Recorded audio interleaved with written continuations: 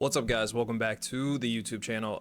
Thank you so much for almost 700 subscribers. That's crazy. And if you aren't already subscribed, make sure you go ahead and hit that subscribe button and like and hit the notification bell so that way you're in the loop whenever I drop new videos. Today, we're going to be talking about something that I've been saying for like the last year and a half. Windows 11 is Spyware OS. Now, I saw Cyber Maddie, I believe is her name. She's a content creator a lot bigger than me in this space. She did this video and it just kind of quickly reminded me what I've always been saying to like coworkers, family members, friends. Windows 11 is literally Spyware OS. And if you don't believe me, that's fine, but I'm just gonna open your eyes a little bit in this video. Windows 11 actually has something called advertising ID. What in the 1984 George Orwell is this? And you would be 100% correct. Even if you just took a guess and you had no idea, this is a ID based off of your habits, so that way they can sell it for advertising. Turning it off doesn't eliminate ads, by the way. It just changes the personalization of the ads that you see. And you might be saying, hey, that's crazy, that's preposterous.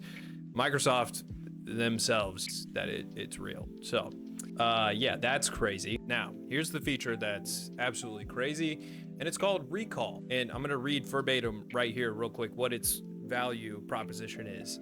Capture snapshots of what you do so you can search your past. So backlash on this was egregious, if you can imagine, but essentially what it's doing is it's grabbing your screen, sending that data to Copilot, and Copilot is sending that data back to Microsoft, wherever their brain for AI is, and then it's sending your answer back, which makes encryption and all the areas of precaution that you could take completely pointless, because if they have your screen, they can see what you're doing. Encryption protects data in transit and data at rest, depending on how you have it set up.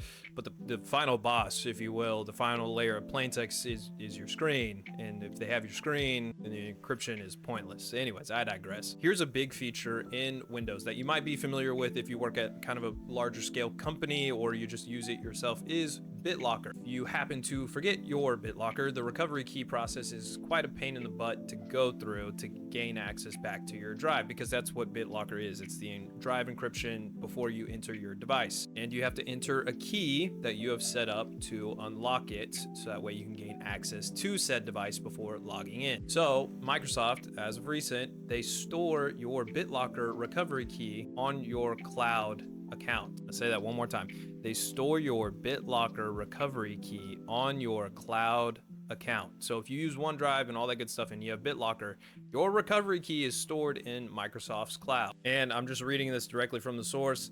Recent reporting shows that Microsoft confirmed it can provide BitLocker recovery keys to law enforcement when keys are on Microsoft servers and there's a valid legal order. So just stated, if you use OneDrive, your BitLocker key is already stored in the cloud, and Microsoft said, oh, hey, it's in our cloud, and if there's ample enough reason, we could just hand it out willy-nilly. Your laptop can be encrypted, but the unlock key might be recoverable and traceable through the provider at their will. And I'm just gonna say something, because a lot of times people push back and they're like, oh, it's really not that unsafe or that insecure. If your device is compromised via snapshot, encryption's pointless. If your OS is capturing snapshots, encryption is pointless. You back up your life with a cloud provider as a form of redundancy. Encryption kind of becomes a question, and your security kind of becomes a policy, and that doesn't make me feel good. And real quick, I'm just gonna run us through history real quick and just show you some real world events of this stuff. Washington Post reporting on Prism described an NSA program under Section 702 used to obtain access to communications from major internet services.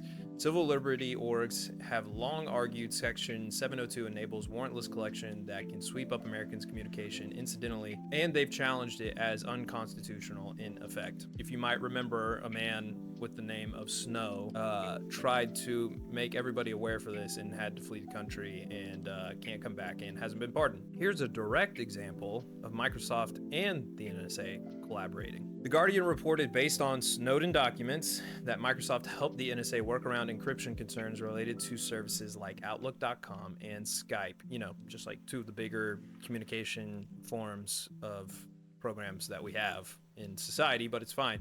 Reuters also covered the same revelations, including Microsoft's response that it provides data only in response to lawful requests and doesn't give blanket access, quote unquote. Even when companies claim it's lawful process, the effect can be massive surveillance.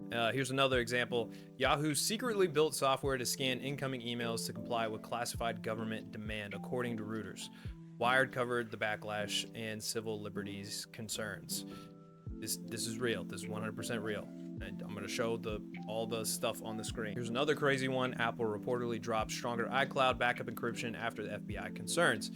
Reuters investigation reported that Apple dropped plans for end-to-end encrypting iCloud backups after the FBI complained it would harm investigation. This one is crazy because it really shows what the pressure from these agencies can do to these big tech companies if enough is applied. Also, law enforcement can go to big tech companies, you know, like AT&T, Verizon, and all these different areas and request geo-fenced location data based on consumer devices and all that good stuff. So that's just getting a little tip of the iceberg for you. So in closing, what do you do?